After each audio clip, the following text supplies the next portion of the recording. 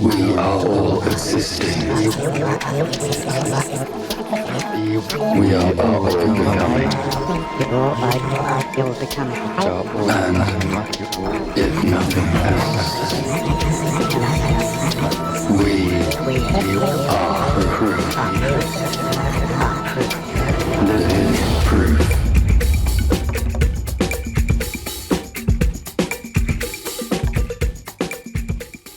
So, hi, Bernie. Hello. Lovely to meet you. It's lovely to meet you too. What's your second name, Bernie? O'Reilly. O'Reilly. Okay. But I write under the name C.L.Ryan. C.L.Ryan. Yeah, because I've got a big Irish family. Mm-hmm. So I made the name up from one of my cousins, Caitlin, Linda, and I've got a big Ryan family. So that's what my writing name is, C.L.Ryan. So what does the C.L. stand for? Caitlin, Linda, my two cousins. Oh, right. Okay. Yeah. So what was the reason for changing your name from Berny O'Reilly to C.L.Ryan? Well, because my books are based on my life. Yeah. A true story. Yeah. It was probably the best thing to do. I went and got some advice, actually. I went and sat with a lawyer before I even let Mirador have the first book. And I said, I just want to make sure I don't hurt anybody. I changed all the names in the book. I used to live in Stockwood. I changed it to Stockvale. I changed, all the names just to make sure that I kept it as real as possible, because it's still real in my head. Mm-hmm. But I thought it'd be nice to write under a pseudonym to sort of keep it a little bit private. Yeah, to keep it a bit private and keep your family a bit detached from it. Yeah. Okay, I get that. Well, welcome to Living Proof. Thank you. Thank you for having me. Thank you for being interested. Oh, no, I'm more than interested. I'm very excited for this, actually. So, as we spoke about earlier, Living Proof is going through the life journey that you've been on. And more interestingly than anyone else so far on the podcast is you've actually written books about your life, as you just referred to. So we're going to have a lot to talk about, I think, here. Ooh. So if I could start with, when were you born? In 1959. 1959? Yeah. And where? Southmead Hospital in Bristol. Likewise. I'm a Bristol girl. Yeah, me too. Yeah. Don't sound like it, but Southmead Hospital too. So you were born and raised in Bristol then? No, not really, sort of. Mm-hmm. When I was born, it just seemed that my mother really didn't really want very much to do with me. Okay. So I was constantly sent over to Ireland on all these holidays to live and then come back and live and come back. And as a family, we went over and came back. But my mother really had this thing. My father, I'm so close to my dad. I have the most wonderful, loving dad. And it was like she was really awfully jealous of the relationship in a funny sort of way. So I spent a lot of time living in Ireland, which I adored. And I cried my eyes out when I had to come home. I didn't really want to leave. So who was in Ireland? My lovely granny. Okay. And that was your paternal or maternal? My dad's mum. Okay. And his brother. And we lived in a little tin shack in the middle of nowhere. No running water, no gas, electric. That's where I very first learnt to cook. Was over a big fire with a big black pot. Wow. I used to have my duties were to go and get the water every morning from the well at the bottom of the lane, which I cried every day that I had to do it because I hated that big steel bucket. It was bigger than me, but I had to bring the water back. And we lived on nothing. We had nothing. We lived off the land. We dug peat. We lived behind a forest. The forest was right behind us, so we dug peat for the fire. We had some goats, which we milked every day for our butter. We made our own butter. Pass the jam jar, shake, pass the jam jar, shake. One of those. And if you wanted to have meat on a Sunday, you'd go out and kill a chicken. It was one of those. So did you have chickens there as well? Yeah, chickens and a pig. Okay. The pig was sent off once a year, and the money for that would buy all the staples to survive on. Wow. It was a true life. You had nothing. But there again, how beautiful was that when you have nothing, nobody can take it away from you. And today's society seems... I struggle with today's society when all the children got telephones and it's all about internet and radio. We had nothing, you see. So my upbringing was, I think, very beautiful. And that's the one thing. I have two fantastic kids. The one thing that I regret for them is not experience the life that I had of having nothing but being safe. Yeah. How many of you were there then? Well, it grew. There's 4 siblings. And you would all go to Ireland together? Yeah, and we'd all be in the same bed together with all the coats on top, you know. Yeah. We didn't have blankets and stuff. Yeah. Trying to keep warm. So log fires. Yeah. But the very first thing that my granny taught me to cook was the Swede. They call it turnip in Ireland. And basically, we nicked it from the farmer's field next door. And we wrapped it in some wet hessian and piles of newspaper and goat butter, put goat butter on, and we put it on the side of the fire for about 3 or 4 hours, and that was our tea. Do you know, I'll never forget that. If only we could do that today. But that to me was beautiful because it's a true way of living, isn't it? And we were hungry a lot of the time. We were hungry. Yeah. You know, you felt hunger, but you'd go out and you'd pick all the blackberries you could and scrump all the apples you could, and we didn't have a freezer or anything or a fridge, so you would jar everything, put it in jars, you know. So there wasn't any keeping meat or anything, really, was there? It's like if you killed a chicken, you were eating that chicken over the next couple of days. Absolutely. And then we had a donkey. And then the donkey would get us around because we're in the middle of nowhere. And so the donkey was a very, very, very big part of our life, which is why I've written about Daisy the donkey. Yeah. That was our donkey. And we had 2 carts, one to go to Mass on Sunday, it was very posh, with soft pneumatic tyres, and one with hard wheels, which was the work one, you know, a bit scruffy. But that was the one to go down to the market and stuff like that. Yeah. But our life was about working on a farm, but it was old-fashioned. You know, it's not like today with big tractors. No tractors. You know, the Shire horse would visit when he was coming to do the hay. So we'd get a ride on the Shire horse as we went into the field and stuff like that. It's beautiful stuff. Community, isn't it? It's like the farmer and the Shire horse would come by and he'd see you kids and he'd be like, oh yeah, come and see the horse. Yeah, come and see the horse. That's beautiful. Fantastic time. So so this age is sort of, I guess, as you're growing up in the single digits, sort of 5, 6, 7, 8. Yeah. Okay. And what was the parallel then of your life in Bristol, which I assume is your other side of your life, right? Yeah, the parallel was unpleasant. A very alcoholic mother. She's a good mum. Kept us clean, kept us tidy, kept a good house, fed us. Was a little bit evil.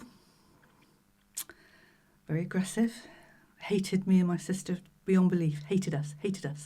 But the 2 boys, she loved. And we still talk today, me and my sister. We could never understand why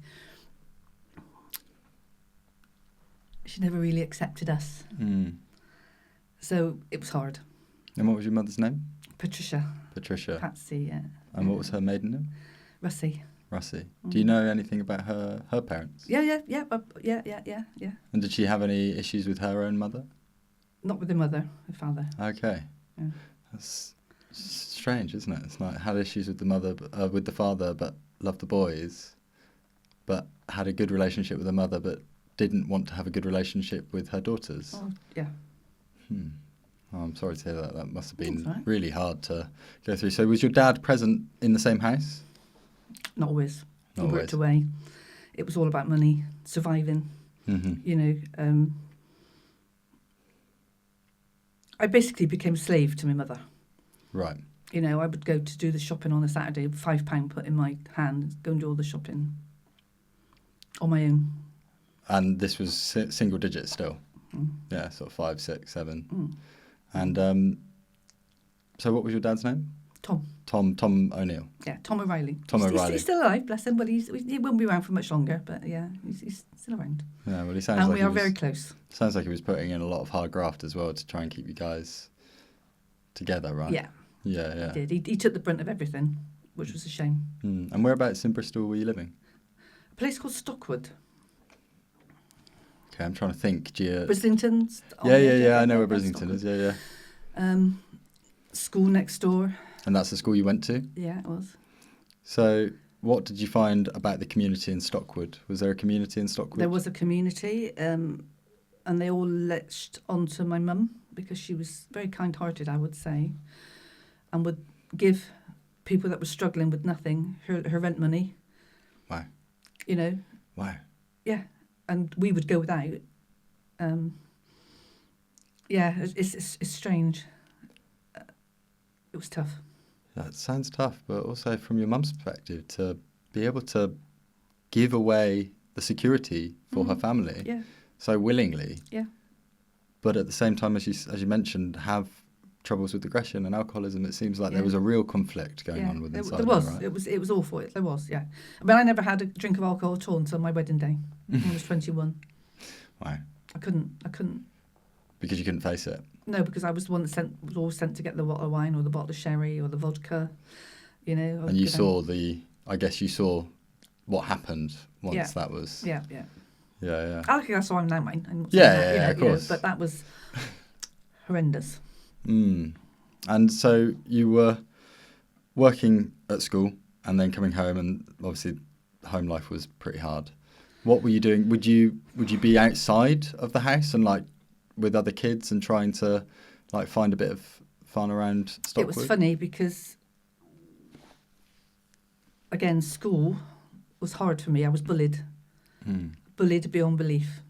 And I think about it now.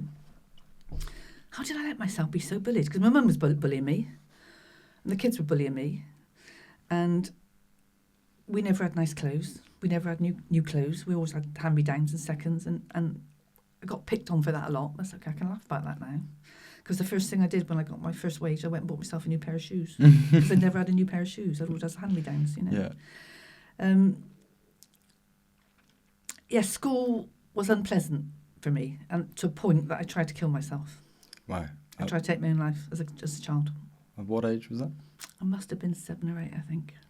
Wow. Because I just got no affection for my mother. We'd have family gatherings and I'd be ignored and very badly treated. Same as my sister. I don't know, I think I came to a pinnacle and I threw myself off the top of a fridge onto the floor and cracked my head open.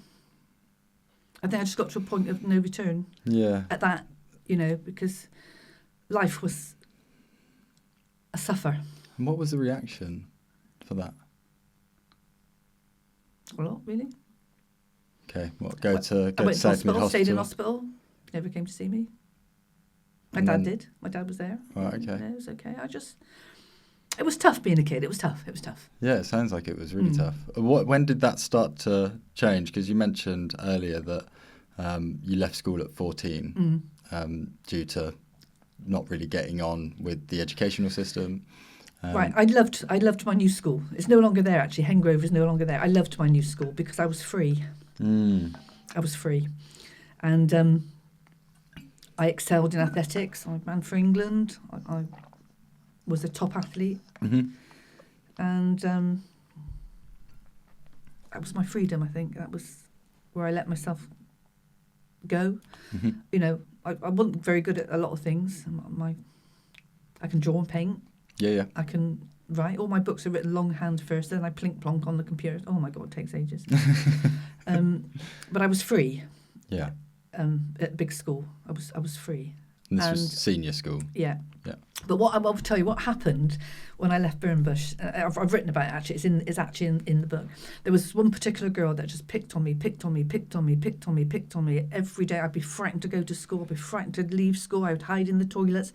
Is she gone? Is she gone? Is she gone? Is she gone? And then this was a big turning point in my life that I think. And she would all have a gang of girls, and they'd call me names, Bernie the Bolt and Rhinoceros, because I had a big nose. And then one day we'd finished school, and we were leaving, and I was hiding in the toilet. I think, oh, she's gone now, I can go. And when I came out, she appeared. I thought, oh God, no, here we go. Oh, not again. And something inside me just blinked. So as she walked over it, I gave her the biggest hiding she ever had in her life. Pulled all her hair out. I really whacked her, and I whacked her hard in front of all her parents. And God, that felt great. Just to give that girl something back for what she'd done to me for all these years, you know. And how did that change the relationship with her? Oh, she was frightened to death of me. Yeah. After that, Yeah. you know, and then my mum was constantly down the school saying, "This girl's picking on Bernie. This girl's picking on Bernie." You know, and they didn't do anything about it. And then we had the reverse, where this girl's parents came down and complained that I'd given her a hiding, but something just changed in me that day. I just thought, I got my life back. Does that sound silly? Sort of stood up for yourself. Yeah, I stood up for myself. You know, Yeah. I didn't need anybody else. And how old were you here? 9, 10. Okay, so this is just before you Yeah. would have gone to big school then. Yeah. And then it all changed. And suddenly you had a bit of confidence. Yeah, and people were nice to me at school, and people, it's Bernie there. They'd be nice to me. You know, it's really strange. It's strange, isn't it? It's a big turning point in my life. It's almost like you had to do something that you didn't really want to do the whole time. Yeah. And then as soon as you did it, people treated you the way that they should have treated you before you got to the point. Yeah. It doesn't make any sense, does it? From a kid's like. But it was a big turning point in my life. Yeah. You know, when I finally stood up for myself, I didn't need anybody else, and so that then gave me the confidence that I needed for big school. Although that was knocked out of me again, you know, because I was not very good with reading and writing and stuff. But I survived. You found that fire. Yeah. Yeah. And then, of course, I learned to cook even better, you know. But there I was already cooking. My mum was my mum was a brilliant cook. Brilliant. She was brilliant. I mean, she fed us what little that we had. That's how I've learned all my skills that I've taken on into the kitchen now. Yeah. Of rolling food over, you know, making nice pies, it all came from my mum. And I had to send her a message when she died. I had to put a message in her coffin. A letter. All the children were all asked to put a letter in her coffin. And I don't mind telling you what I put in her. I said, "Dear Mum, thank you for teaching me to cook. It was the best thing you ever did. You were very inspiring at times. Your loving daughter, Bernie." And that's what I put in her coffin. Because if I didn't learn to cook, I wouldn't have survived. Yeah. And I will be chatting to you now. It sounds like a conflicting relationship, though. Obviously there was the sort of much harder side, and then there was a mothering side where she would teach to cook, and she would go to school and try and say to the headmaster and stuff. Yeah, it was really So there was a duality between the two, wasn't there? But it isn't until I've gone and done my Reiki, and I've worked over the last sort of 20 years, because I've done a lot of natural nutrition as well. I worked with a brilliant company called Nature Sunshine. Oh my God, they're amazing products. That I was always seeing something around my mother. I always saw it from when I was a small child. I always saw this dark, energetic drag, and we realised that she had a demonic attachment. You see, and that's what was in the house as well. So, before we published Secret Demon, me and my sister drove to the house at Stockwood, and we sat outside in the car. We went hysterical. We were in hysterics, tears, of how frightening that house was. And we looked at it and thought, oh my God. And I wanted to get out of that car and go knock on the door and say to that person, have you had any problems there? Because what we witnessed in that house was horrendous. Is that why the book is called The Secret Demon? Yeah. Then? Because my mum had a secret. Your mum had the secret? Yeah, it's my mum. Yeah. And do you think it was your mum that brought the energy into that house? Well, the thing is, I don't know if you know anything about demons and demonology or anything like that. I know a little bit. Yeah. Let's just say that I don't, but let's go for it. Okay. You can attract them to you, you know, and when you're in the depths of despair, like my mum was constantly, they told us all she was psychotic, she bipolar, well, you name it, they had a name for it, you know, but it wasn't. Alcoholism. All her family used to do cards. You can be open and let it in, or attract it in, or you can close and say, "You ain't coming in. Yeah, you ain't getting me." You know, and I think my mum let one in. Yeah. Well, if you don't know about it as well. Exactly, and the thing is as well, Catholic Church. Yeah. We were called the Demon Family. It's a demon family. What, at the church? Yeah. No. Yes, absolutely. Really? Yes. By the other Catholics? Absolutely. We were so badly treated. How benevolent. Yeah. Hi. Yeah. We were called the Demon Family, yeah. Wow. Yeah. We were so badly treated by the nuns. You know, they used to whack us. I've come in from school from Sunday school with a black eye. They hated us. And that was you, your sisters and your brothers? And how did your mum feel about that? Because I guess your mum was Catholic. And your dad. Well, she wasn't Catholic, you see. She became Catholic to marry my father, because then if you were Catholic, you had to have a Catholic spouse, you know. But she wasn't Catholic. And her mother was very psychic, and so was her grandmother, was psychic. You know, they did tarot cards, they did cards. It's a funny one. Was your mother psychic? Yeah, very. But did she just not give in to it? Well, if you're not conscious to it and you've got that level of light as well and you're that open to the realms of spirituality, then that's an easy place for negative energies to come and settle. And it's difficult talking about demons because a lot of people don't believe. I've witnessed some stuff, I tell you, in my life. Sometimes it's hard to talk about, but it's okay. It's okay because writing the book was my therapy. That healed me.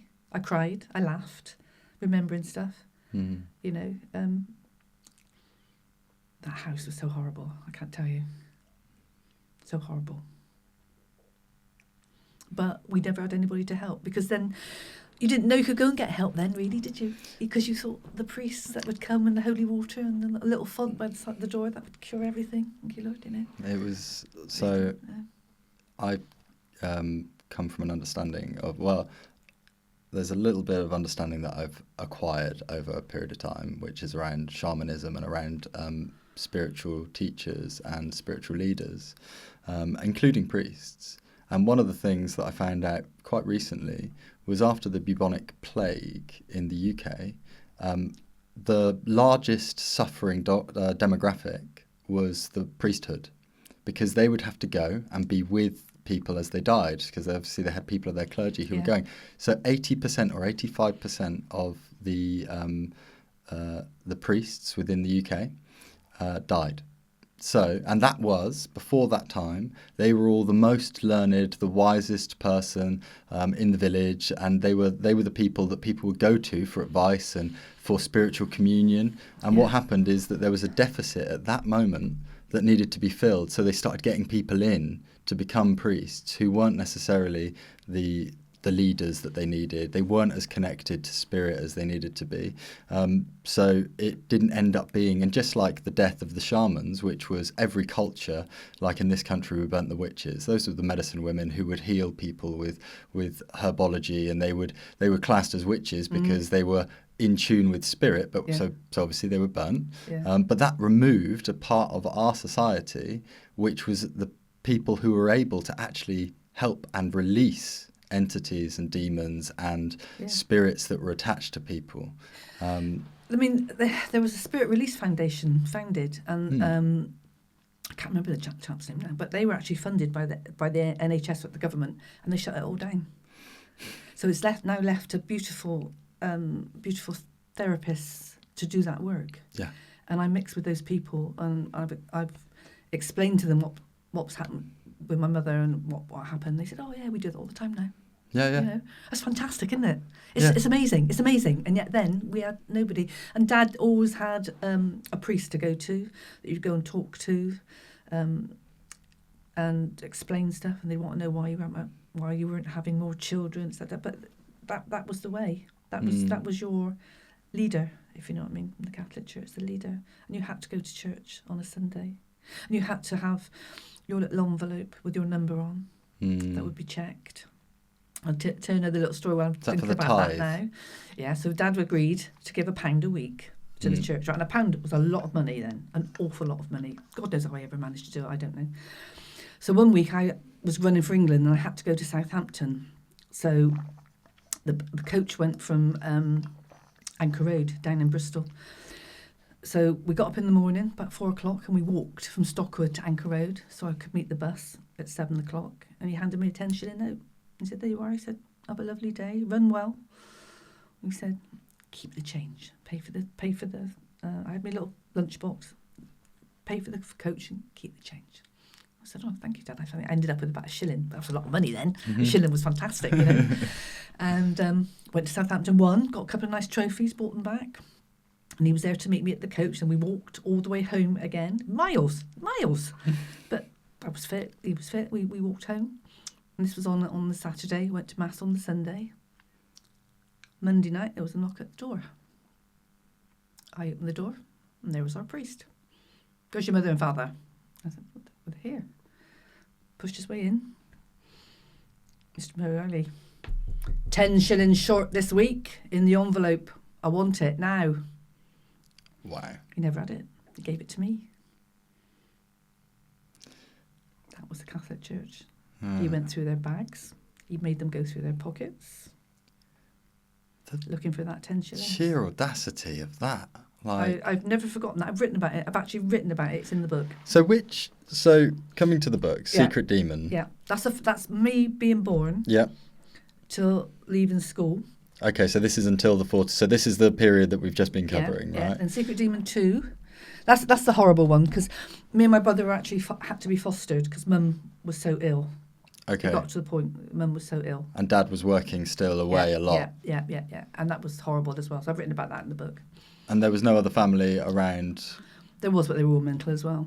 Okay. They all have their own mental issues. Seriously, it seemed to be a lot of mental issues on Mum's side of the family. So they couldn't help us either. Sounds like there was maybe a curse. Mum was brilliant.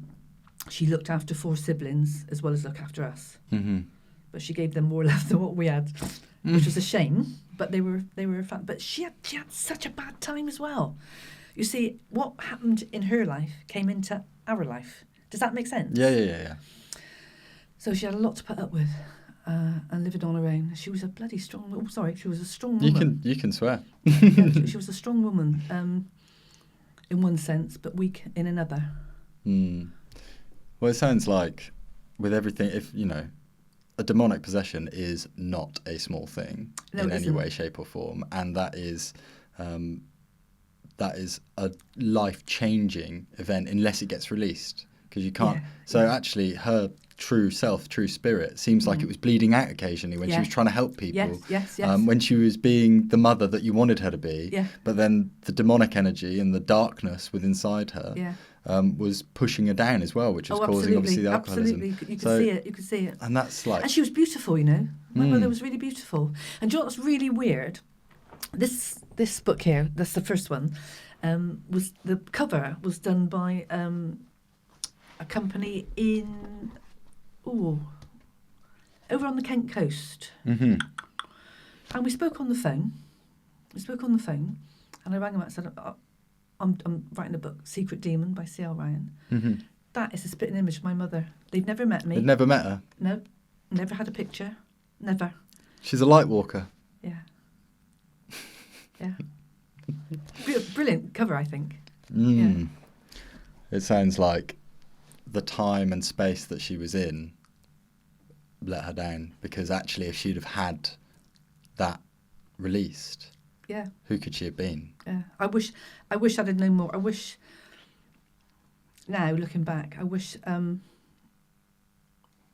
a bit more educated, to be honest. Well, you're only a little girl. I know, but if I could try to do something. Yeah. I mean, but again, you were only a little girl, right? Yeah, I was a little girl. So there's a couple of things that I want to go back to.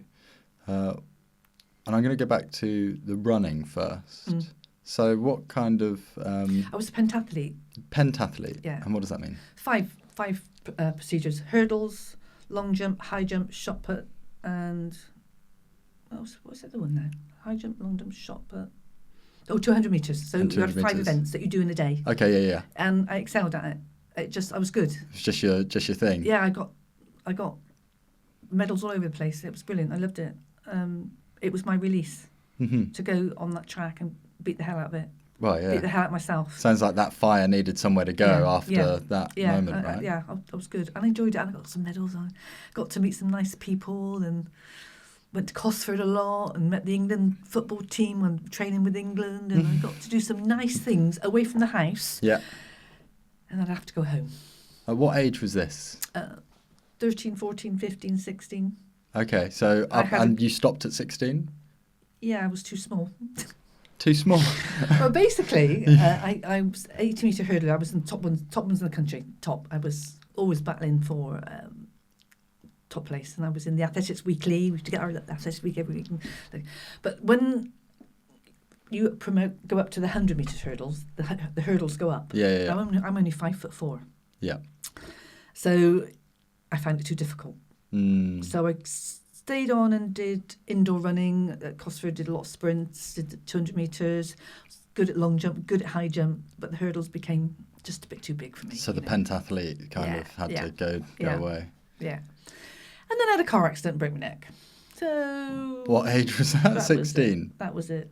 About 19. About 19. Yeah. So from 16, where you were still taking it really seriously, and then obviously the hurdles were too challenging, so the pentathlete aspect went. You were still keeping fit and still training and absolutely. everything? Oh, no. Yeah, I didn't lose the love of the sport at all. It was just the fact that I just... You'd gone out of the age bracket for the 80 and I veered metre. for something else.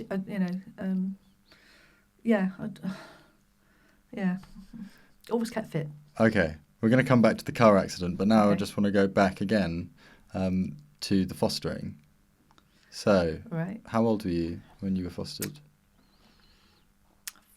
I think 6, 7. Okay. But me and my brother. My brother's older than me. Just the two of you? Just the two of us. Okay. And you went together? Yeah. Got dragged away in a car. And how long were you fostered for? Do you know, I don't actually know exactly. Okay. It's pretty horrendous, I have to say. Was the foster family not great? We were both raped. Oh, I'm so sorry to hear that. And they knew it. The council people knew. They knew it. He was a counsellor. I've written about it in the book. I've written about it. But when I wrote it, it's really funny. I can laugh about it now. When I wrote it exactly as it happened. So when the Mirador had the book, Sarah rang me. She said, "Bernie," she said, "when we take a book on, we give it to readers to read, to give us their input on the content of the book." Apparently, everybody cried and was sick. But I wrote it as it was. Yeah. Because I'm one of these people, you have to, about it. But anyway, so she said, "Could you please rewrite it and make it more gentle?" Well, I don't see how you can make rape gentle. No. But I did. It's as gentle as I could make it. And they accepted it. Okay. But, yeah. That was tough. Yeah, and that was in Bristol. And Bristol Council knew and allowed But that to happen. But the mother, she was beautiful, Sally. I write about her. She's all in all of the books because she was beautiful. This is the foster mother, and she was a lovely person. Beautiful, and she loved us. And I carried on her. She kept in touch. Did she know? She's dead now. Did she know at the time? No, that was just it. She was nursing. No, she didn't. So I had to kill him in the book. I killed him. I got my revenge, but this is sad, but it was just that's fiction, me killing him. But I made sure he died in the book. In the book, Yeah. But the funny thing was, my brother, he was very hurt by it. Very, very hurt by it. He went to find him. He wanted to kill him when he was older. But he'd already died. He'd already died. Okay. But the funny thing was, the council came to see us. They knew about him, but he was a counsellor. They knew about him. He was a counsellor? He was a counsellor. Bristol City Council. Yeah. They knew, but she never. But she's all through the books now. Is Sally still alive today? Yeah. Yeah. And so have you spoken to her about that since? No. Has she read the moved books? On. Sorry? Has she read the books? No, I don't know where she is now. Okay. We don't know where she is. Because there was quite a bit of a kerfuffle when he died. Yeah. So, again, we were young, so. Whew. Yeah, tough. Tough. That's really tough. That's really tough. I think let's take a break there, if that's okay. Yeah, that's fine. So, Bernie, thanks for that break. And, I just wanted to obviously have that time to honour what you just were honest about, what you were just truthful about. And we had a little bit of a discussion during that time. So before we get back into the journey, I'd like to just spend a minute and have a prayer for all that happened in that space. Yeah. And then for also all the children across the world that are in that space, or going into that space, and all of the souls as well of the perpetrators who are often also victims of abuse themselves. So if we could just take a few minutes to do that. That'd be lovely.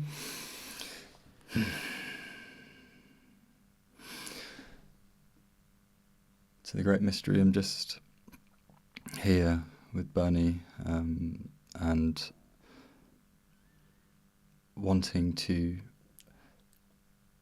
give out a prayer of appreciation for this life and for the love, the benevolent love that you have gifted all of your children and the light that is inside all of us, and to bring more light and more love to all of those who, like Bernie, were and are affected by childhood trauma in the way that she described.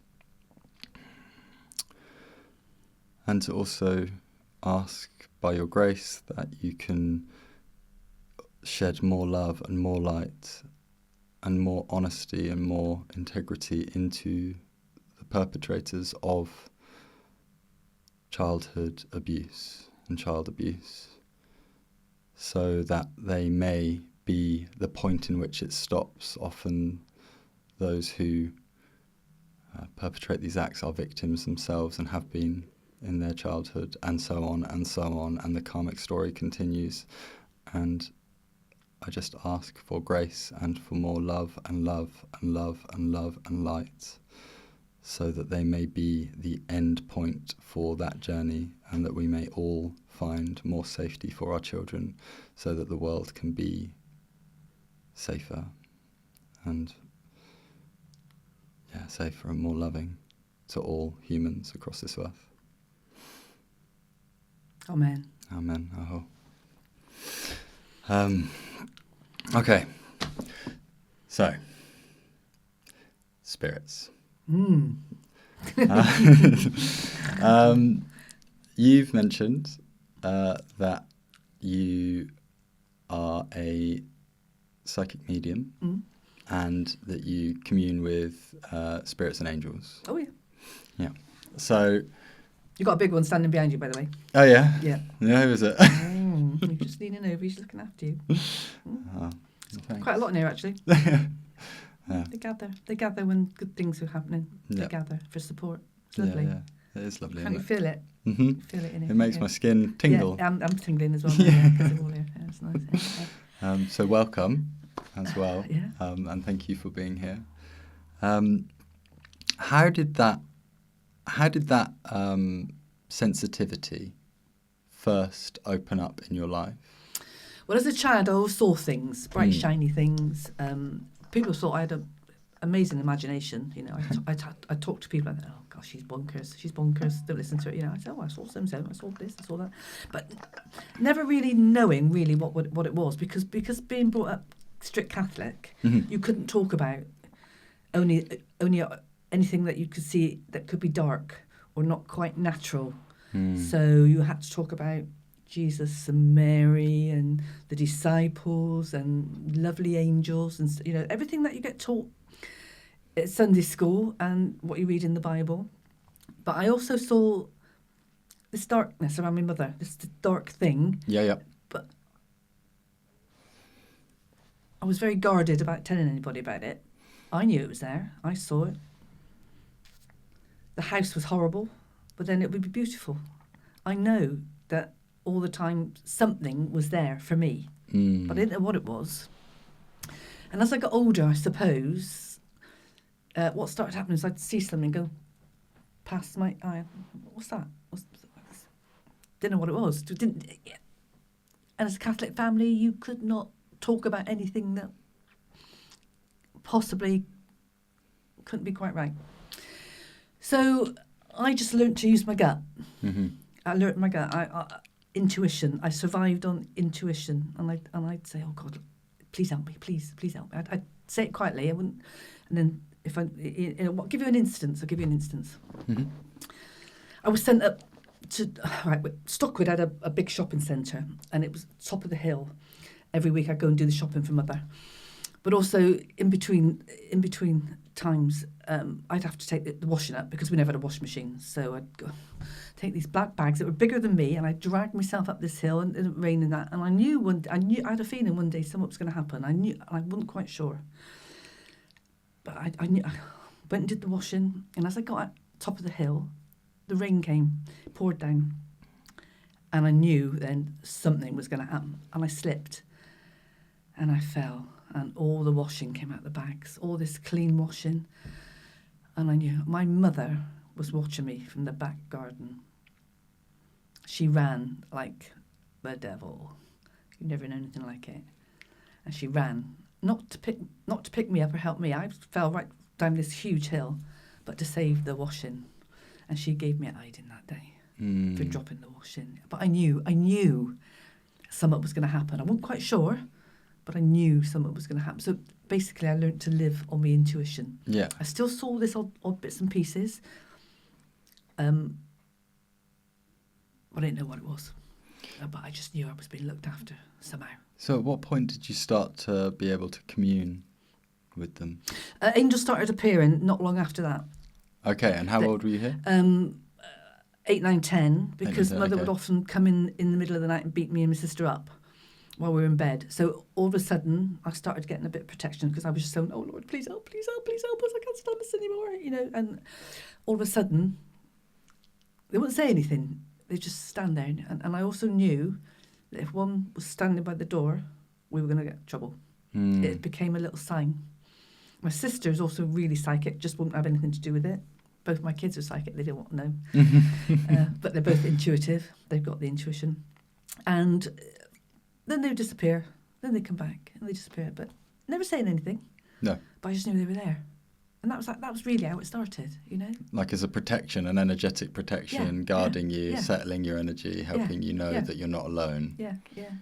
Okay. And things, and very haunted house as well. And they all stood by the door. The door had at night, 2 or 3 o'clock in the morning, you could hear people going up, down the stairs, up and down, and the door would shake. We'd be in bed like this. But the angel would just stand there. Say, you're all right, nobody's coming in. It was just guardians, wasn't it? That's how it really started. I knew they were there, you know. Yeah. So this is 8, 9, 10. And then, so we're getting up to, obviously you've left school, and then you were doing sports. You mentioned earlier that you had a job. Yeah, I went straight to work. In fact, I was really lucky. I got offered loads of jobs. At 14? Yeah. You lied on the application there, right? And said you were 16. Yeah, as you do. You know. Yeah. You got to. Needs must. Yeah. I need the money. I need the money. So I got a job straight away, working for a lovely company, and I did well there. But it wasn't enough for me. Something was missing. Something was missing out of my life. You know, it wasn't enough. And this went on. So you were working. I guess this went on for up until you had your car accident, was it? No. Or beyond? I changed lots of jobs. I was, you know, did a bit of this, did a bit of that, you know, as you do. Yeah. And ended up nursing. I was a theatre nurse, an ODA.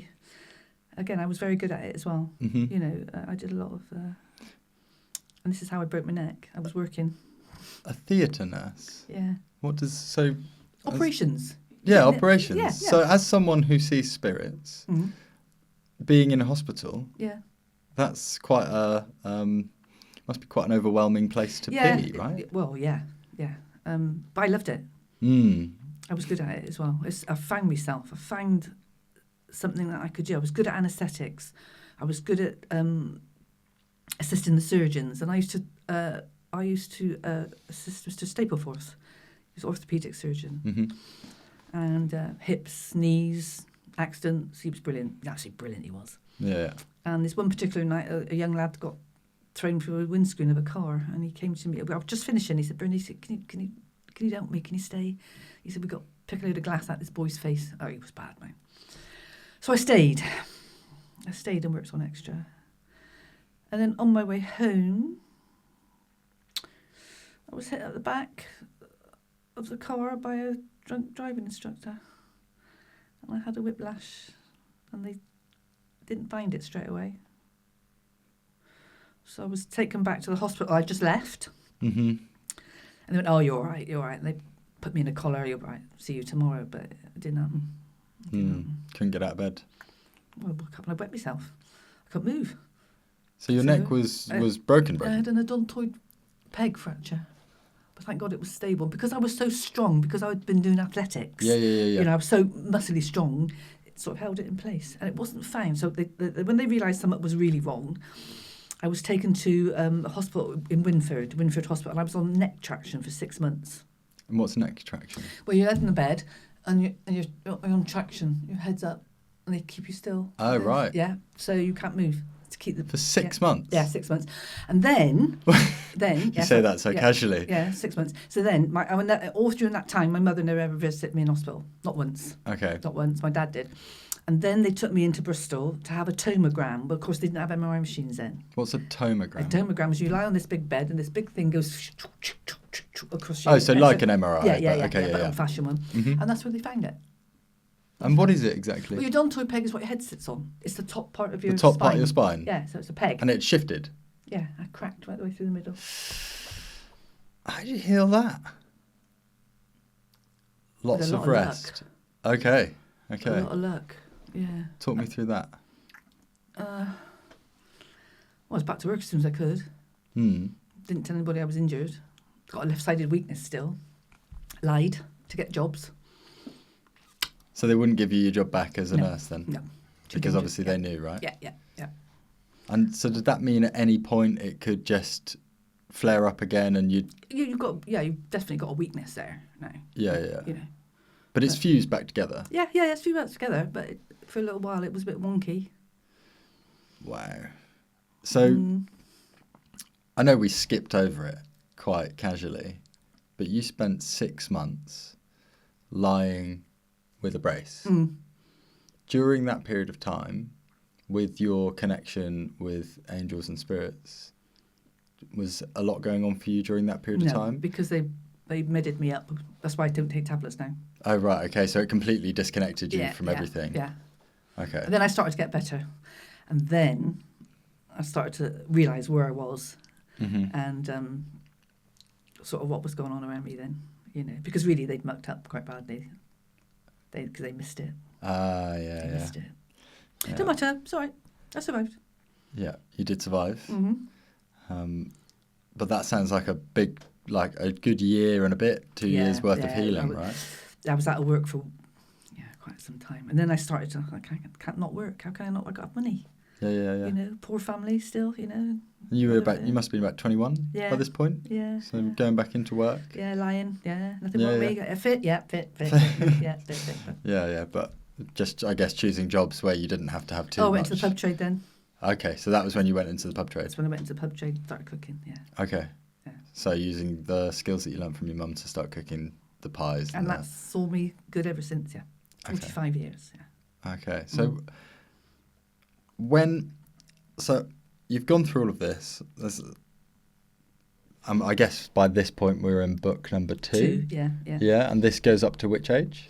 Well, 2 is up to about 13. This one is up to 15, 16 when we learnt to Irish dance. Okay. Yeah, Irish dance in the wedding. And book 4, which isn't out yet. Which is going to be this. Yeah, what that we're takes just me talking. up to sort of almost adolescence, you know, coming into the 1920s. So that's you know, it's been a lot of writing. Yeah. It's been a lot of writing, you know. But I'll give you an example. I went for a job at Marks and Spencer's and they caught me out. So I went for this medical because I was always going to work on the shop floor. Hold on. Yeah. They gave you a medical to work at Marks and Spencer's? Yeah. God, it really was a different time, wasn't it? They caught me out. Okay. Because I couldn't move properly. When they gave me this, can you lift that box up, please? I'm struggling. They said, what's wrong with that? I said, I had a little accident ages ago. Oh, no. And, you know, of course, then you have to say, don't you? Yeah. You know, so I had to be truthful. And I said, and they said, no, can't have you. That's weird, isn't it? Like nowadays, they'd be reprimanded for not giving you a job. They'd have to give you a job. Periods and everything, Marks and Spencer's, everything. You want to know about everything. Yeah, Right. But they caught me out. Okay. There you go. So where did you after you've healed? Yeah. And obviously you went from job to job to job to job to job. Yeah. But you've now gone into the pub world and cooking in pubs. Yeah.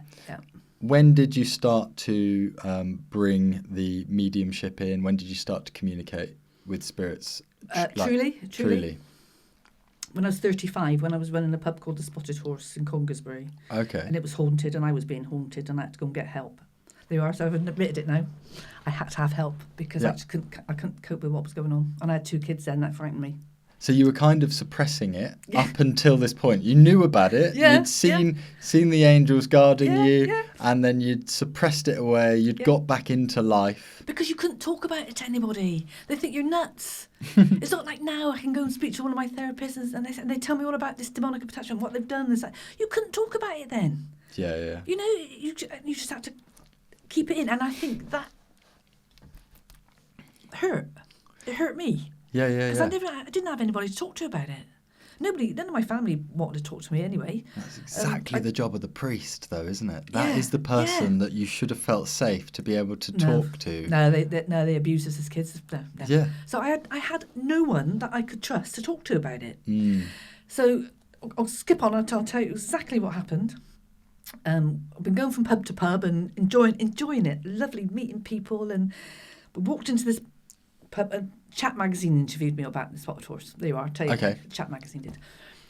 I walked in and I thought, oh no, and I just felt something hit me in the chest straight away. First day of the job. First day walking in, and I looked around and I thought, oh no, what have we done? Why have I come here? And my heart was beating. I could feel this panic, and then I saw glass move across the back of the bar, and the curtains started waving.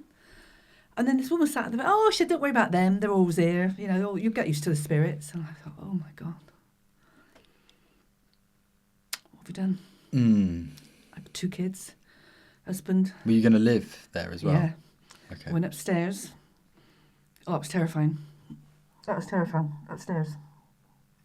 I felt straight away something not nice. Anyway, I thought, right, come on, Bernie. Take a deep breath. Get on with it. Come on. You can deal with it. Christ almighty, I've been through so much already. And then I noticed this patch of jelly on the floor, and I kept looking at it, and it sort of appeared to get a little bit bigger. And I thought, I'll get rid of that later. And got the kids in, got ready to open the bar. You know, the owners came and introduced herself and explained that this pub was built on top of another pub, and it's good history. It's got a lovely skittle alley and darts teams. You'll be fine. People are going to love you. You'll be fine, right? But already I could feel this angst. I could feel it. It was going up my spine like a train. But anyway, I thought, right, okay, come on. And that night I had to cook. So I put on a mixed grill, liver, which I'm famous for, my liver, lamb's liver, and lots of food. And we were packed. We're absolutely packed. It was brilliant, packed. And the Skittles team came in. We got the Skittles going. It was brilliant. The whole atmosphere of the pub changed. It was beautiful. And then everybody went home. And then it wasn't beautiful. Creeps back out. So I would go straight upstairs, straight to the kids. I had a thing about the kids' room, straight to the kids, make sure they were all right. Mm-hmm. Cleared up downstairs. Everything was done. Bed. First night. Horrendous. Somebody walking around, heavy-footed, bang, bang, bang, bang. Skittles going in the alley. There was nobody down there, we were shut. Breath, cold breath. Oh my God, I can feel it now. In the room above me, I could feel somebody breathing on me, and this went on for a little while, actually. It started to get worse. In the morning, that pool of stuff that I cleared up was back. So every day, I was clearing it up. The kids, Mum, there was somebody in our room last night. There was nobody here, love. They were picking it up. Of course, both my kids are psychic anyway. Mm-hmm. So this went on for about a year. We lived with it. And then a woman came in and she said, oh, hello, Bernie, I haven't seen you for ages. I thought, I know you. Where do I know you from? Oh, I used to come to the Whistling Duck. I was like, oh, right. Yeah, that got friendly. She said, oh, you know, she said, the pub's full of spirit. I said, yeah, but there's one I don't like. She said, I think I better get somebody to... And I was explaining it to her. So we sat down and I got absolutely drunk on gin. Made me cry. So if I had gin, I cry. So that's why I don't do gin then. So we had a good chat. She said, right, I think you need some help. She said, I think we need to get somebody in because it got horrendous and very frightening. And how long had this been going on for? About a year. We were there nearly 2 years. So you were 2 years into it before you decided to go for help. But it pinnacled when the kids woke up screaming one night, and I ran into their bedroom. I got in bed with them, and the door slammed shut, bang, and the room filled with mist, and then I could hear footsteps coming towards the door. I was in bed with the kids. We were like this, and the door opened. I wanted to scream. Nothing would come out, and all 3 of us were in bed. It was terrifying. How did your husband? Oh, he don't believe in anything. He was in the other room. Didn't see anything, never heard anything. It was... Not sensitive then? No. Horrendous. Mm. It went. That morning I went and rang her. I said, get somebody now. I can't stay here no longer. I can't. Within a couple of days, Elsie Poynton arrived. Thank you, Elsie, if you don't mind me telling you. She's a very famous lady now. And she took one look at me. She said, oh my God. She said, you're a psychic. I said, sorry? She said, you're psychic. She said, I know what's been going on. She said, my friend rang and told her. And she said, right. She said, somebody's trying to talk to you, but you're just not listening. We need to do something about it. And that made me feel human. Suddenly, I wasn't going bonkers. I wasn't going mad. Mm-hmm. And I could talk to somebody about it. Do you know what I mean? Yeah. So she said, right. She said, let's do a little bit of a sit down. She said, well, have a little think. Got a drink out, sat down. Right, she said, there's a gentleman here who wants to speak to you. And his name, I can't remember what his name is, but she said, he wants to speak to you. And she said, we need to go upstairs. He's pointing something out upstairs. I said, yeah, it's the pool of ectoplasm. I didn't know it was ectoplasm then. I just pool of gunge. I said, I clean it up every day, but it comes back. She said, right. So we went upstairs and I showed her around. I showed her the bedrooms. She said, right. She said, well, this gentleman was murdered here. And that's the spot he was murdered. Mm-hmm. But it was he murdered, in the previous pub, not this pub. Okay. And he can see your light. And he's trying to contact you. Yeah. He wants help. He wants to go. Need to be psychopumped, right? Yeah. And that's all it was. But he was a big man, aggressive man. Mm-hmm. Got killed in a fight. And he gave her the details, and we had a little session and sent him home with love and thanks. Mm-hmm. After 2 years of hell. And then we walked down to Congressbury churchyard and found his grave. I'm going goony now. It's quite affected me actually. We found his grave. So that was the first time I had proper connection with spirit to help send somebody home. Yeah. Which was, for me, quite amazing. And from that day, I changed. And that was the moment that you decided to give in to what you were able to experience. Yeah. I had to then, because she proved it to me. She proved to me that I was... psychopumped his spirit back to source, right? Yeah. So you took him out of his middle world existence of being trapped. He was stuck. He was trapped, yes, trapped, yeah. Yeah. And then I thought, and then she said to me, Berny, you've got come down to Poynton Hotel, come and sit in some seances, come and sit. And she said, you're really powerful, you're really strong. She said, you don't realise what you've got, but she said, I want to show you what you've got. And then I did. Table tapping, chair moving, you name it, I could do it. So that was an exhilaration for me. Yeah. To finally find why you were here. Yeah. That I really hadn't known about for all this time. And it's still with me now. So I have a lovely guest house in West End, and I have loads of spirits in the house, and I have to sort them out every now and again, because obviously people bring spirit. Well, they come to you, don't they? Yeah. Because you are now a beacon of light. Yeah. And where there are so many, what I learned was because of the lack of people who know how to do this, lack of shamans, the lack of the carriers. Yeah. There's only so much the spirits on the middle earth, on the middle plane that are trapped here. There's no way for them to escape except to get guided out by someone with light. Yeah. And otherwise they can get trapped in people's bodies. Yeah. But I think what he put through for 2 years, it was horrendous. But I actually, was so silly. He was just looking for help. Yes, he was, yeah. And he just didn't know how to do it. No. He didn't know how to express it. No. And I'm smiling now because that started me on my spiritual journey properly. Yeah. That experience. So it was a gift. Yes. Yeah. The most terrifying gift. Yeah. Well, it was terrifying. And my kids still, my kids are they're nearly 40 and 35, and we still talk about it quietly between us. So they still... Yeah. Mm-hmm. Yeah. And it was terrifying to see all this rolling mist come in and feel somebody breathing right above you, Wow. Yeah, we still talk about it. But it's okay now, I'm all right with it now. That's amazing. And also the fact that was what was gifted to you. It took and as it always does, took a big experience for you to admit to yourself that actually... all through my life I had big experiences, and it seems that I'm shifting. Mm. You know, it does. It seems that I go from one shift to another shift to another shift. Do you know what I mean? So this is life now. This is but I accept it now. Yeah. Right, Lord. I'm chatting about it now. So we did have a chat in the car coming over, Mm-hmm. and I said, Lord, I'm going to bare my bones today. I said, do it.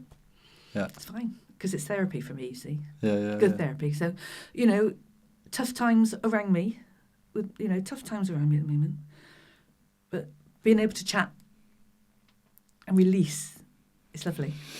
Because it's real. Yeah. So, and I've never really told anybody else before about that, apart from Elsie. Who else have I got to tell that would believe me? Yeah. That's the difference. Spirit's funny. People either believe it or they don't. People either don't want to connect to it, Yeah. or people are connected to it and they don't know, and they don't want to acknowledge its existence, or people believe. It's faith. Like, faith is, and this is why I'm so surprised that, I'm not surprised actually, but I'm disappointed that your priest as a child couldn't be the person that you could turn to talk to about spirit, because if he actually thinks and believes in anything that Jesus stood for, then he would be able to sit there and go, okay. Well, let's hope these new popes are actually addressing it, which I think they are. I think they have to, because so much has gone on within the Catholic Church. Yeah. Where when we were treated as devil family. Like that in itself, it's like you should have been absolutely supported and held, and your mum should have been supported to be released of the demon. Because if you read the Bible, Jesus, even when he was in the desert, the devil was coming to him. Demons were coming. Demons were real. Like, the energy was real. He was the light. He was the morning star, right? He was able to pull negativity and spirit out of people, and therefore cure things like leprosy. And like, if you can read the Bible and spend your life learning and becoming a priest, and then not actually do the work, it's like, what are you doing? You're just taking your tithe, and like. So another book I've written is called Thomas Jones, right? Now this is part of my dad's life, and he found a priest to help him. Okay. So what point in this? This is before I'm even born. This is my father reaching out to the Catholic Church as a young man, knowing he had to leave his mother, his very ill mother, behind to go and find work in England to support the family, which he did, and he's still sending money back. Literally 10, 15 years ago. It's because that was what he had to do. And he found somebody, and that he's always been in touch with that particular gentleman. I don't know what's happened to him now, but the chap's name was Thomas Jones, and I've written a book about that relationship of him trying to help my dad with my mum because he knew about it. But in England, as a family, we were ostracised dreadfully. And I've written about the Catholic Church all through books, mine, so I'm waiting for a knock on the door. They're coming to get me. Excuse me. But well, you can't argue with truth, though. Yeah, I've said it as it is. Yeah. As I do, but so my dad had some comfort. Yeah. So he had someone that he could talk to about this. Yeah. But that was in Ireland, not here. Tough times. That is tough. That is tough. So we skipped over a big portion of your life. We kind of went from 21 to 35. We did, yeah. Right. So we missed you meeting your husband. Yeah, I was married very early. I got married stupidly. How old? 21. So literally just after the healing, you've got your confidence back. You've decided to come back out into the world, and you meet. Yeah, him. Your husband? Him? Yeah. Okay. I don't want to talk about him. Yeah, fair enough. Yes. Not a nice man. But he is the father of your children? Yes. And he's still alive, and I see him most days. But basically we went into the pub trade together. I got famous for the food. The pubs were a success. And we parted ways 30 years ago, I think. So I'm remarried now. Oh, okay. I have a lovely husband now. So the husband that you remarried, is he the chap who was with you when you were 35 when you... Okay, so this is okay. Yeah, and he loves my kids, and they love him. Okay. So we can mention his name. Yeah, you can mention my John, yeah.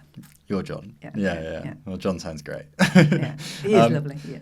So, but we don't need to talk about name or anything like that, but he was the father of your children. Yeah, not good. And Not good time. Not a good father, and you recognise that.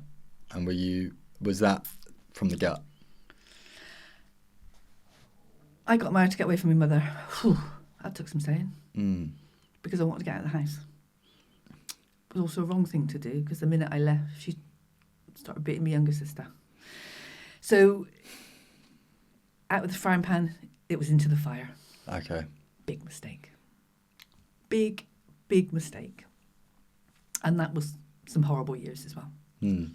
Full of abuse. But the gifts that came from it were your boys. Couldn't be without them now. It's amazing, All isn't my it? It's like grandchildren, the oh depth- my God, I know. The depth of, and this is God, Spirit, the angels, everything around you. It's like they seem to give you something that's very hard and then a really nice, like, golden light out of it. Yeah. I suppose if I look back on it, it wasn't all bad, but most of it was. Yeah. But I survived.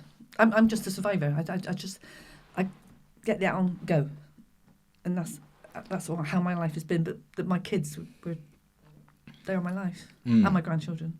Yeah. You know? So how many grandchildren have you got? 5. 5 grandchildren? Yeah, 5. And they're So all it's lovely. from 2 boys? Well, no, because John's got a daughter and a son. Okay. And he's got 2 grandchildren on his side. I've got 3 on my side, 2 on his side. And we're a lovely family. When we see each other, which is not very often, because we're all busy working, you know. Yeah. John's side of the family don't believe in spirits or anything at all. They don't want to know. See, that's fair It's enough. fine, That's isn't it? That's It's fine. Yeah. We can't all be the same, can we? So I tend not to talk too much about what I see, what I feel, too much in front of them. John don't believe nothing. I mean, this is typical my John, right? Typical my John. When we were living in Bristol, we lived in just the back of Sneyd Park, and we rented Linda Bellingham's house. Mm-hmm. The things that went on in that house, she oh my God, you know, my boys would come and stay, and in the middle of the night, their duvet would fly off. All the lights would come on in the house. The computer would come on. The telly would come on. These things were constant happening, you know. And my John said, "Oh God, no, we've left it on." No, you haven't, John. He wouldn't talk to me because he don't believe in nothing, John. Unless you can actually see it, he don't believe in anything. And one particular day, we were really busy. We'd locked the house up, went to work, and we'd come home late at night because we were catering. And we got to the house, and the kitchen window was on, and it was all misted up. But it was only us. We went into the house. The alarm was still on. The gas cooker was on full go. All the burners were on. The telly was on.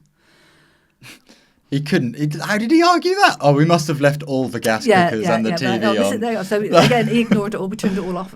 But hold on. Hang on. And it gets worse. And then that night we were laid in bed. We had a pull cord above the bed, and my hairdryer was plugged in down the bottom. We were laid in bed. It was,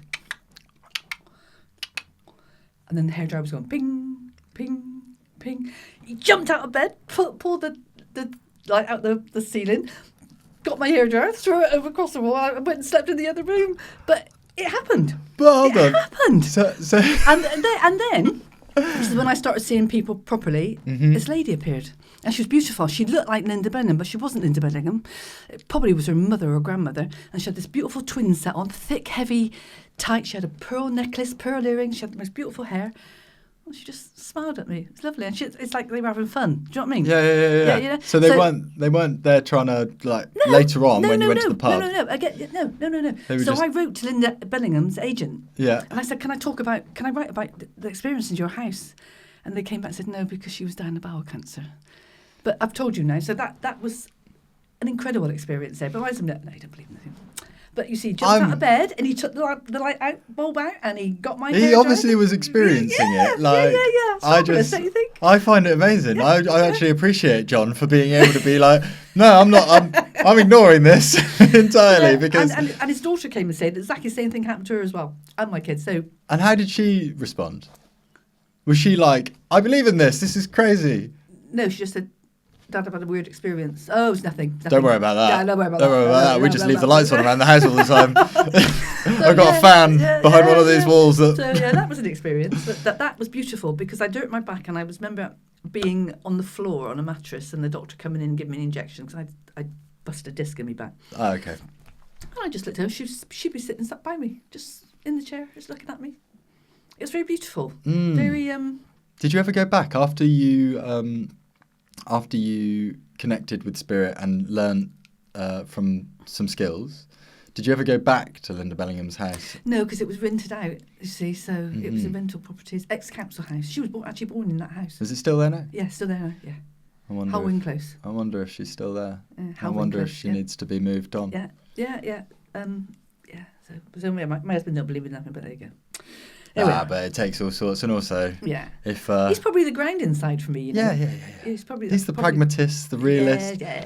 We can all as someone who's into spirituality myself, with a partner who's very much into spirituality, there's still a part of me that needs to be grounded in the pragmatism. So I can see both sides, and it's if you have two people who are just higher.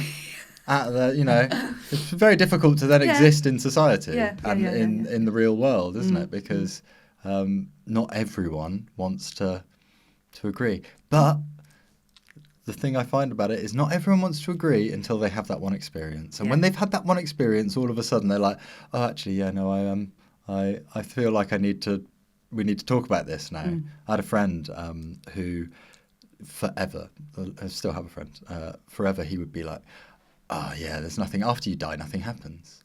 And even before I even connected with spirit and like before I did any of that work, I was always like, but hold on, out of anything that is possible, like literally anything, the scope of infinite possibilities of what happens when you die, you're choosing one, which is nothing. No, I know. And it was only recently, this year, that I saw him, and he went, oh, I had this weird experience, and it was when it was with his family, and also he was looking at the stuff that was going on in Egypt about what was, the pyramids and the big pillars that go down. He's like, it's all a bit weird, that, isn't it? It's like there's another world. And I'm like, yeah, mate, there is another world. I've been saying this for a while, in the sense that, like, there's in the infinite possibilities of everything. Why would it ever just be this? So I think people do come round, don't they, to faith. Oh, well, that's my grounding. So he's my pillar. Yeah, I bet one day my John's going to be like, well, your John, not my John. Your John's going to be like, yeah, I really appreciate everything you've done, actually, because those hobs, that was all real. I've just been hiding it in here. Jesus Christ, that was could have been quite serious, but it wasn't nasty. But it was just, again, getting our attention, me not behaving properly and accepting it. It was knocking on your door. Yeah, I know. Knocking on your door for a long time. Yeah. I know now. Yeah. So how often are you doing the work now? Well, I speak to angels every day. I get loads of people come to me in the pub and ask me to do readings, which I do, and help them out. And I just try to be kind and loving, helpful to people, be a source of information. One of my co-workers' mothers just died, and I explained what would happen, how she would die, and it gave her a lot of comfort, which was nice. Everything I said would happened, and that was lovely. And she's at peace with that now. So I do tend to be a bit of a magnet, which tires me out sometimes as well, because people can drain you, can't they? I'm just there. I just say my prayers every day, speak to the angels every day. They're there with me, in my house, in the car. Oh, I've got a parking angel, mine. I'm world's worst parker, so I have a parking angel. So if I'm going anywhere, I say a little prayer, say, right, I need to park today. Can you help me park? And then it normally works. Opens up a nice space for you. I have been known to drive all the way into Bristol. I'm not been able to get the parking space and come home because I can't park. Wow. And it all stems from my very first car, when I went into a multi-storey car park, and I got wedged against a pillar. So I have to have a parking angel now, which is lovely. And I do. Well, yeah, I mean, that was something that my dad as well, he used to always call out. He'd be like, oh, I'm just praying to have a nice car parking space. And like as his son, you'd sit in the car and you'd be like, where? Oh, we have a Banwell prayer as well. Please get us through Banwell today. Please don't let us be queuing in Banwell for hours. Please, just get us through. We need to get to the pub on time. Can you God, please I get need in?" a Banwell angel, I think. Well, Yeah. I don't anymore. I used to. When I Yeah. used to have to come through Banwell, getting stuck in that traffic was It's just... horrendous at the moment with the building the bypass. Yeah. But once the bypass goes in, then Banwell should have... So I have house angels, I have friend angels, I have Do you run any workshops or I seances? ain't got or time. anything? I haven't got time. I really haven't got time. But I'm good at stuff like that. Yeah. I think if we can get rid of the B&B, come on, Lord, and you're holding me there. Come on, I'm going to say a few prayers. So we can get rid of the B&B. It'll free up more time for me. And I'd like to just take a little bit of a step back from the pub and manage more than, like last night, I went in for the curry night, but I managed and oversaw. So I want it done. Please do it that way. And it all went swimmingly. Then I can have a bit more time for myself. And I've got to carry on writing. Yeah. When did you start writing these books? Well, do you know what happened? It's really weird, right? Because I've never set out to be an author, ever, right? Because I'm a dunce, really. I can't, So what happened was, we'd just taken on the B&B, and it was really, really busy, and it was summertime. How old were you, sorry? So this is about 20 years ago. Right, about 20 years ago. Okay, yeah. so... And... 49? Yeah, and we were full, we were full. Right? Okay. So we had like 14, 15 people in. We woke up one morning, and my husband said to me, "Bernie, I got a problem." "What's that, love?" "I can't see." "You can't see? What do you mean you can't see?" He said, "I can't see." I said, "What do you mean you can't see? We've got 14 people for breakfast. What do you mean you can't see?" What? Tell me, what is it?" He said, "I can't see." "Oh my God, I got 14 people for breakfast." Okay. I said, Don't panic. He'd had a hemorrhage behind his eye. Got on the phone, got me as many people as I could coming out, cook this breakfast. And we rang Bristol Hospital, and they said, "You've got to bring him in. You've got to bring him in today. So we cleared up breakfast, sorted all out. I said to everybody, "Right, do your rooms today. You have to do them yourself." I got an emergency, taking my husband to the hospital. So we drove into Bristol. I don't know if you know Bristol Eye Hospital. I do know where it is. Just It's round the corner from BRI. horrendous parking. So It's not actually any parking near it. no. Yeah. So I used to have to drop him off. So this particular morning, I dropped him off and went and drove and sat on the Downs. Mm-hmm. And then we were told that he'd had a hemorrhage. I went back and picked him up 3 or 4 hours later.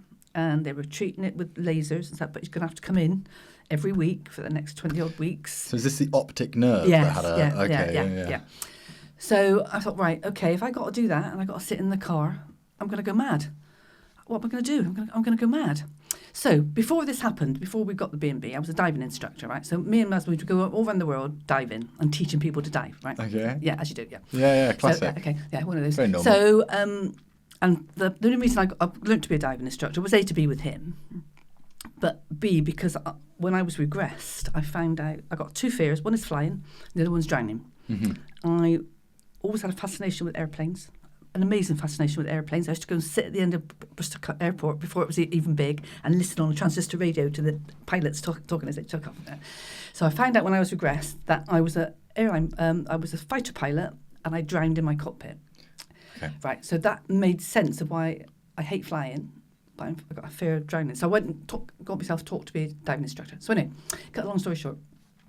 So every time I went diving, I went on these diving holidays. They weren't holidays, it was horrible. You worked your backside off. Yeah. You were absolutely knackered, right? And you didn't really get to see any surrounding.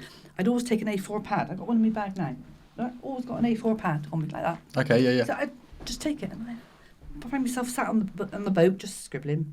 And I thought, I got about 20 or 30 of those. Right, I know what I'm going to do. I'm going to set myself a little thing. I'm going to, when I'm at the hospital, I'm going to go up on the Downs and I'm going to sort all those books out and chuck away everything, all the rubbish. Well, here we go. So it seems the last sort of 10 years, I've been trying to write a book. Everyone, as I opened them, oh my God, they all said the same thing. They all said the same thing. And I thought, what am I doing? What am I doing? What am I doing? And I thought, I've got to do something about this. So I found this professor online who triumphs or first-class authors. And he said, what do you want to do? I spoke to him. I said, well, I'm trying to write something. He said, send me what you got. He said, just send me what you got and I'll have a look at it. See if I can help. So I sent him what I had. Long form, so I didn't type it up or anything. You just sent him one of your A4 notebooks. And he went, well, it's not very good, is it? It's not very good. And he said, let me give you a bit of structure and come back to me, he said. let me give you a bit of structure. So I said, right. He said, do this, this, this, and this. I thought, oh, I could do that. All right then. 6 months later, I sent it back. I had a phone call within 2 days of him getting it. He said, right, you've just written your first book, and I get it published. And that was this, Secret Demon? Yeah. Wow. Mm. And how long did it... So 6 months it took to write this? Yeah, it took 6 months. Every book. Every book, 6 months? Yeah. It's pretty good going, really. Like... Is it? Well, yeah, I think so. As someone time. who's never written a book, like 6 months seems like a pretty appropriate amount of time for someone who's got life to do as well. You're running pubs, you're running... Yeah, I didn't set out to be an author. What I wanted to do, this is the honest truth, I wanted to write about my lovely time in Ireland, so that and about the family and about mum, and just to let people know what actually happened. If they ever want to know the truth, Yeah. it's there. That's all I wanted to do. That's all I wanted to do, was lay it so somebody could know that mum actually was Kids, quite nice. grandkids, grand-grandkids, great-grand-great-great-great-great-grandkids. Don't look bad on this family because we were poor and we had nothing, and mum was pretty mental and violent. I mean, she tried to kill my dad about 5 or 6 times, burnt the house down, bit bloody 50 pigeons' heads off. So it was that. But don't look on her like that, because it wasn't all bad. She wasn't all bad, So I wanted to write it so people could understand what we went through as kids, And it's just blossomed, and that's it. It's just carried on. Did you find a love for writing then? Yeah. Yeah. Yeah. So you've been writing for 20 years? Mm. Okay. I've got others as well. Oh, yeah. Just but these aren't the... Okay, so where can you find these books? they're on Amazon. Okay. They're on Amazon, but I would love... Now, this is the challenge. This is my challenge. I want to get them on audiobook. Oh, okay. Well, I can help you with that. Oh, there you go. Your book. That's, done. I've just done a deal. Right, okay. There you go. Yeah, I'll shake hands with that. Okay. We can do that. Yeah, lovely. Are you happy to read them yourself? Yeah. Yeah. Perfect. I can help you with that. Absolutely. I'd love to. You've got to get it done. I'd love to. Yeah. I mean, audiobooks is basically how I listen to books. Yeah. Well, it's how I consume books now, because I find I'm just going from one thing to the next. Yeah. So it's easy for me when I'm driving a car or when I'm going on a walk with the dog, just have the audiobook in, so that and then if I want to sit in nature, take it all out, sit in nature, be with nature. But it's just nice to have something so you're just constantly educating yourself, But there's more to come. There's a lot more to come. Okay. So this is just the beginning, if you know what I mean. Yeah. So you've got more. Have you got a schedule of when you want to release them? What each one's going to be about? Time. See, so I didn't know whether I need would to go be back free to of this Mirador, or do I? Yeah, I mean, I've sat in the pub in afternoons on the computer looking at stuff. I don't know if I'm going to self-publish. Do I go back to Mirador? I don't earn very much money off the books. Yeah. About £1. What, each sale? Yeah. Not very good, but but people are coming away from Amazon. There's all these new bookstores opening up. Mm-hmm. But the thing is, I like the style of the book. I like that size, so I want to keep it like that. You know what I mean? But getting them on audios is key, I think. Yeah. We can definitely get them on audio. That's not a problem. Smile now. Yeah. Well, you've made me smile anyway. So that's the aspiration, getting you out of the pub, which is very stressful at the moment. Yeah. So removing that, and hopefully in a very good way. Yeah. And then having more time to do the seances and work with spirit, and then to channel your light through the books. Yeah. I'm sold. I'm definitely sold. It's been so lovely to meet you, Bernie. Oh, lovely to meet you. And have a chat. And I know that there's probably so many more stories that we could go through, because I feel like there's a big, not blank spot anymore, but there is still sections around the sort of 20s and coming up into the 30s and stuff. And then obviously from past 35 and past you connecting with spirit and the books, like the diving instructor, how did that even come to be? I know. But I feel like we could probably do that again. So we could do this again in the future. Yeah, lovely. Because we've got a lot more time. Yeah. I'm going to end this soon. I just would like to ask, because I feel really a big resistance to asking this question. Well, then, that's it. But the reason why I'm going to ask it is because I feel the big resistance. Okay, yeah, go. You mentioned that you do readings for people. Yeah. Could we do a reading now? What, right now? Yeah. How would that feel? How does that feel to you? Because to me, I'm like, this whole podcast is about being open, honest, transparent. And I was like, I'd definitely like to have a reading after the podcast. Got a pen? I do. Okay. Let's see what we can get through, shall we? Let's see, because the whole point of this is to be open, honest and transparent. And I was thinking about asking you after the podcast. Yeah. And then I was like, but that's not open, honest and transparent considering what we've been going through. That's right. So Right. here is a pen. Thank you. Thank you. Right. Give me a minute. See what we got with us today. So, right, I also work on automatic writing as well. I don't know what that You is. don't know what it is? Okay.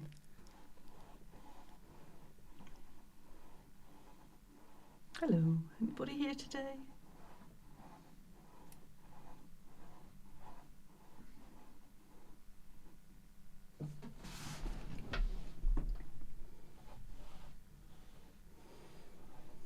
I'm very happy that I've come today.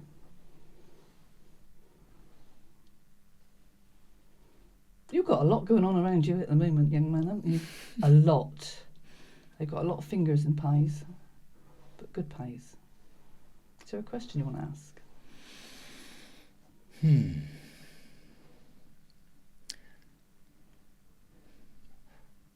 I guess the question would be how can I maintain this kind of work and find the strength within myself to maintain it to support my family in a better way and to support my community in a better way? You already have the answer, but it's like you're going to be bringing somebody else into your life as well. It's like somebody else is coming. Does that make sense? It's like I've got so many people around you at the moment. It's like expanding or bringing somebody out, going into a different sort of avenue that's going to help bring stuff in. Does that make sense?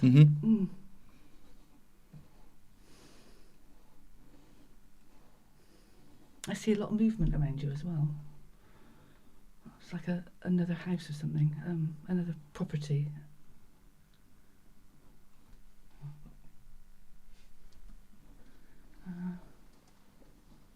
A lot of movement around you. I wonder why that ain't coming together. You're just so full of divine love. So many people love you. I don't think you realise that. You know, you've got to take that. Please take that on board because you really are loved. Nothing major happening in your life. You're actually very well grounded, very well supported, but you've got lots and lots and lots and lots of new ideas and pulling people in towards you. And I feel that's going to happen sooner than you think, if that makes sense. Yeah. No real bad issues around. Nothing apparent is coming forward. Thank you, Lord. I got no cards, so I can tell you straight away with the cards. I don't carry cards with me, but I'm just trying to connect with like this because I can sometimes get answers like this. So, can I ask you another question? Yeah, of course you can. I shy away from spiritual work. Obviously, my partner works shamanically, so she helps people heal You're very shamanically. powerful. But I shy away from it. Why? when you're almost a master. I don't think you realise the power you've got, do you? No. You have. Your aura is so bright. Your aura is so bright. I think you're missing a lot of stuff. I think you're missing a lot of stuff. It's all in here, though. I know. We all have that fear, don't we? Yeah. You know, stop being fearful, please. Because I think you're far more... You have more ability than you even know. But your partner knows that, mind. She keeps telling you that. She does keep telling me that. Yeah. But you're just ignoring it. Yeah. So I think you need to, and also, thank you. Got a load of yellow around you now. Yellow is learning. Now you're a very learned person anyway. But something new is going to come that's going to really excite you. And it ain't the audiobooks or anything like that. Something new is coming that's going to really excite you and pull you into spiritual. Oh, really? Yeah. Okay. Yeah. And it's coming. It's coming. I feel like I feel like there is something there, and I actually feel like I know exactly what it is because it was something that I was talking to my dad about It's coming. Tuesday. Yeah. So please take that on the chin and accept it. Okay. It's really important that you do. All right? And when I come back, we'll do a full reading. Okay. We even do a seance if you like. All right. Yeah, I'm in for okay. it. I'm in I'll for do it. that for you. Yeah, is that Yeah, all right? yeah. No, I'd 100% be up for that. Yeah, Okay. yeah. All right. Thank you, Bernie. You're welcome. Thank you so much. That's all right. You're welcome. So, I've enjoyed it. Berny O'Reilly, thank you so much for coming to Living Proof and for being honest and truthful about your life, even the hardest parts and the beautiful parts. I'm very excited to have you back in the future. And I would like to say, for those of you who have listened to this, go and support Berny by buying one or all of her books and reading about her life in more detail than we could ever get into in this podcast. Yeah. Thank you so much. I really appreciate you. Thank you so much. Thank you, my love.